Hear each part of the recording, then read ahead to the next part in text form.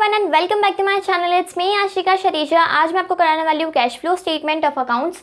सो cash flow statement बहुत सारे बच्चों को बहुत ज़्यादा डिफिकल्ट चैप्टर लगता है बिकॉज उसके अंदर बहुत सारी एक्टिविटीज़ होती है। कैश फ्लो स्टेटमेंट बनाने का जो पूरा फॉर्मेट होता है बहुत ज़्यादा डिफिकल्ट लगता है उन लोगों को, एंड कभी कभी उनके जो आंसर्स होते हैं उन लोगों को प्रॉब्लम होती है कि वो राइट है या रॉन्ग है, एंड इवन कुछ एक गलती की वजह से भी उनका पूरा कैश फ्लो स्टेटमेंट बिगड़ जाता है।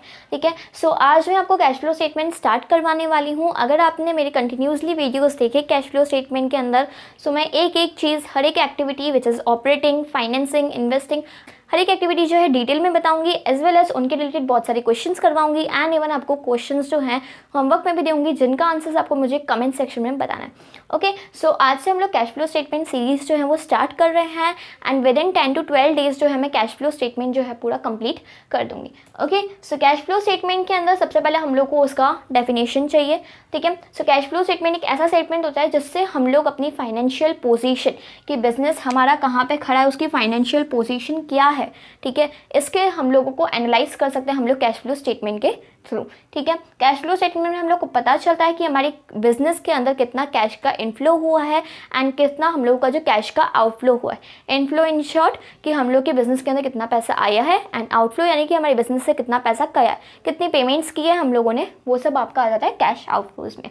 ठीक है, सो यहाँ पे कैश फ्लो स्टेटमेंट बहुत ज़्यादा ज़रूरी होता है बिकॉज यहाँ से ही हम लोगों को अपनी बिज़नेस के बारे में सब कुछ पता चलता है कि हम लोग के बिज़नेस जो है और कितना पैसा देने के वो कर सकती है, कितना पैसा दे सकती है, कितना पैसा लोगों से ले सकती है, हम लोग को बिज़नेस के लाइबिलिटीज़ के बारे में पता चलता है, एंड बहुत सारी दूसरी चीज़ों के बारे में भी पता चलता है।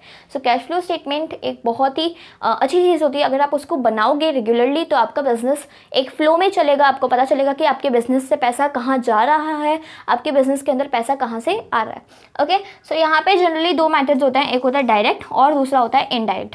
ठीक है, सो अभी फिलहाल क्लास 12 अकाउंट्स के अंदर हम लोग उन लोग को ओनली इनडायरेक्ट मेथड्स जो है वो करनी है बिकॉज आपके सिलेबस में ओनली इनडायरेक्ट मेथड दिया हुआ है। Next is cash and cash equivalents क्या होते हैं। देखो, सबसे पहले आता है आपका ऑपरेटिंग एक्टिविटी, उसके बाद आता है आपका इन्वेस्टिंग एक्टिविटी, उसके बाद आता है आपका फाइनेंसिंग एक्टिविटी, एंड लास्ट में अगर आप कैश फ्लो स्टेटमेंट में देखो तो कैश एंड कैश इक्विवेलेंट्स होते हैं जिसमें opening cash and cash equivalents ये होता है एज वेल एज क्लोजिंग। ठीक है, सो प्रीवियस ईयर जो होता है वो आपका opening cash and cash equivalents होता है, और जो आपका जो क्लोजिंग ईयर होता है यानी कि करंट ईयर जो होता है वो आपका closing cash and cash equivalents होता है। So cash and cash equivalents वो होते हैं जो कैश की तरह होते हैं और वो हम लोग जनरली उसको कैश के अंदर फटाफट से कन्वर्ट कर सकते हैं। फॉर एग्जांपल अगर हम लोग बैंक के अंदर कोई भी चेक डिपॉजिट करवाने जाए, ठीक है, तो हम लोग को ईजिली जो है कैश उससे मिल सकता है, एज वेल एज हमारी जो मार्केटेबल सिक्योरिटीज़ होती हैं उसके थ्रू भी हम लोग ईजिली फटाफट से कैश जो है वो एक्वायर कर सकते हैं। बट इसी जगह हम लोग बात करें हमारे कोई एसेट की, ठीक है, सपोज अगर हम लोगों ने कोई लैंड परचेज की है, सो उस लैंड से लैंड को परचेज करने की है तो फिर हम लोग को लैंड को बेचना है और उसके थ्रू हमें कैश को एक्वायर करना है, तो वो बहुत लॉन्ग टर्म प्रोसेस हो जाएगा। बट शॉर्ट टर्म प्रोसेस में जो हम लोग कैश के अंदर इजीली कन्वर्ट कर सकते हैं उसको हम लोग बोलते हैं कैश एंड कैश इक्विवेलेंट्स। सो इसके मैंने एग्जांपल्स लिखे हैं, करंट एसेट्स हो गए, मार्केटेबल सिक्योरिटीज़ हो गई, चेक इन हैंड हो गया, कैश इन हैंड हो गया, treasury bills and commercial paper. So ये treasury bills and commercial papers जो है ना, ये आपका भी BSc business studies of class 12 इसमें आप पढ़ रहे होंगे treasury bills and commercial paper. So ये भी एक टाइप के कैश एंड कैश इक्विवेलेंट्स ही होते हैं। इसको भी हम लोग जनरली बहुत ही शॉर्ट टर्म के अंदर कैश के अंदर कन्वर्ट कर सकते हैं। ओके, सो ये सारे एग्जांपल्स आपके कैश एंड कैश इक्विवेलेंट्स के हो गए। यहाँ पे मैंने आपको कैश फ्लो स्टेटमेंट बता दिया, एंड मैंने बता दिया कि हमारे पास दो टाइप्स के cash and cash flow statements होते हैं which is direct as well as indirect. हम लोग को क्लास 12 के अंदर ओनली इनडायरेक्ट के बारे में पढ़ना है। सो यहाँ पे मैंने आपको जैसे बोला कि हम लोग का जो कैश फ्लो स्टेटमेंट है इसके अंदर 3 एक्टिविटीज़ होती हैं, ऑपरेटिंग, फाइनेंसिंग एंड इन्वेस्टिंग। सो आज मैं आपको तीनों एक्टिविटीज़ का एक शॉर्ट इंट्रोडक्शन दे देती हूँ कि तीनों एक्टिविटीज़ जो होती है एक्चुअली में होती क्या हैं। ओके, सो स्टार्टिंग करते हैं हम लोग ऑपरेटिंग एक्टिविटीज़ के साथ। ऑपरेटिंग एक्टिविटीज़ जनरली बहुत ही ज़्यादा हार्ड लगती है इन लोगों को बिकॉज यहाँ पे बहुत सारी चीज़ों को हम लोग को संभल के कैलकुलेट करना पड़ता है। जनरली लोगों का आंसर जो होता है ऑपरेटिंग एक्टिविटीज़ के अंदर ही गलत आता है। ठीक है, इन्वेस्टिंग एंड फाइनेंसिंग हम लोग को पता होता है कि हम लोग को एसेट्स को बेच के जो होते हैं हम लोग को पैसे आ जाएंगे। अगर हम लोग कोई भी एसेट को परचेस करेंगे तो हमारे पैसे जाएंगे। फाइनेंसिंग के अंदर शेयर्स को इशू करवाएंगे तो हम लोग के पास पैसे आएंगे। शेयर्स को रिडीम करेंगे तो हमारे पास पैसे जाएंगे। ठीक है। सो ये सब चीज़ें कॉमन चीज़ें हैं जिसमें हम लोगों को पता होता है कि हमारे पैसे कब आएंगे कब जाएंगे। बट ऑपरेटिंग के अंदर जनरली लोग कंफ्यूज हो जाते हैं, बिकॉज यहाँ पे हमें कभी कभी नॉन ऑपरेटिंग इनकम्स के बीच में, नॉन ऑपरेटिंग एक्सपेंसेस के बीच में कन्फ्यूजन हो जाता है।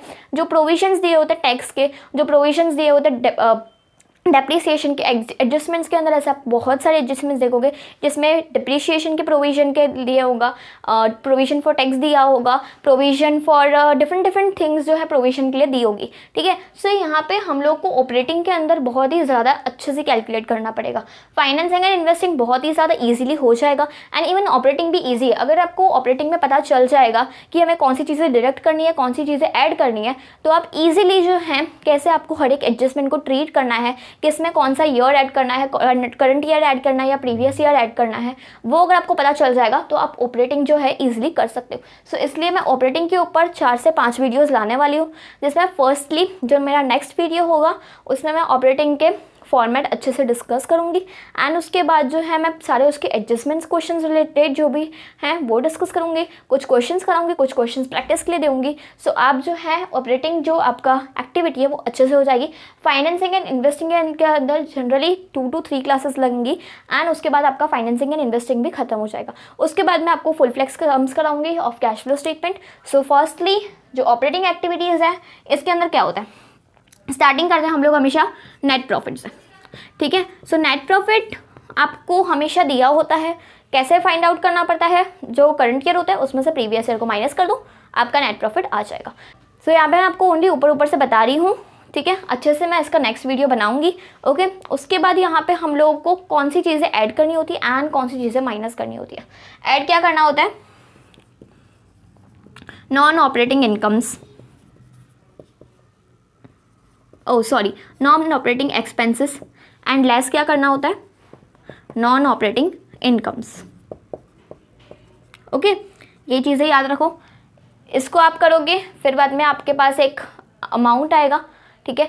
वो अमाउंट आ जाएगा, उसके बाद आप लोगों को क्या करना है, current assets and current liabilities को जो है कंप्लीट करना है। Current assets and current liabilities को कैसे कंप्लीट करोगे, मतलब कि जो भी करंट एसेट्स अगर हमारे बढ़ रहे हैं तो हम लोगों को लेस कर देना है। ठीक है। करंट एसेट्स के अंदर इनडायरेक्ट रिलेशनशिप होती है, अगर आपके एसेट्स बढ़ रहे हैं तो आपको माइनस कर देना है, अगर आपके एसेट्स जो हैं वो कम हो रहे हैं तो आपको प्लस कर देना है। बट करंट लाइबिलिटीज़ के अंदर अगर हम लोग बात करें तो डायरेक्ट रिलेशनशिप होती है। ठीक है। लाइबिलिटीज़ अगर बढ़ रही हैं तो ऐड कर देना है, और अगर घट रही है तो माइनस कर देना है। वो सॉल्व करने के बाद आपके पास एक और आंसर आएगा। वो आंसर आ जाने के बाद आपको क्या कर देना है, जो भी टैक्सेस होते हैं, ठीक है, टैक्सेस रिलेटेड भी बहुत सारे एडजस्टमेंट्स होते हैं, फिलहाल मैं आपको खाली ऐसे ही बता रही हूँ। सो जो भी आंसर आया उसमें से आपको जो भी टैक्सेस हैं उसको माइनस कर देना है। And at the last cash used in operating activities, और we can say cash generated from operating activities, last answer आपका आ जाएगा। ठीक है।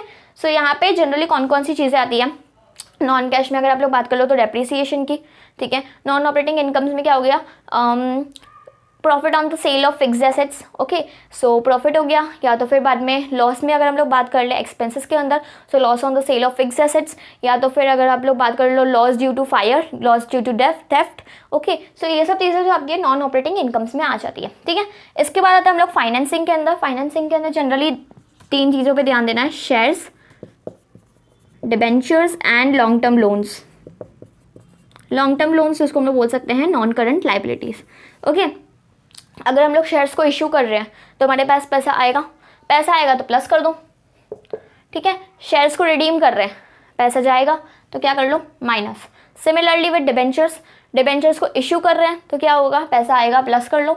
डिबेंचर्स अगर रिडीम कर रहे हैं तो पैसा जाएगा माइनस कर लो। इंटरेस्ट की बात करें अगर हम लोग, इंटरेस्ट इस पर भी देना होता है, shares as well as debentures. Interest पे करना है तो माइनस कर दो। ठीक है। इंटरेस्ट हमेशा हम लोग को पे करना पड़ेगा। ठीक है। सो इंटरेस्ट पे करना है तो हम लोग को सारा जो भी अमाउंट है वो माइनस कर देना है। लॉन्ग टर्म लोन्स की अगर हम लोग बात करें, लोन अगर हम लोगों ने लिया है तो बिजनेस के अंदर पैसा आया तो उसको आपको प्लस कर देना है।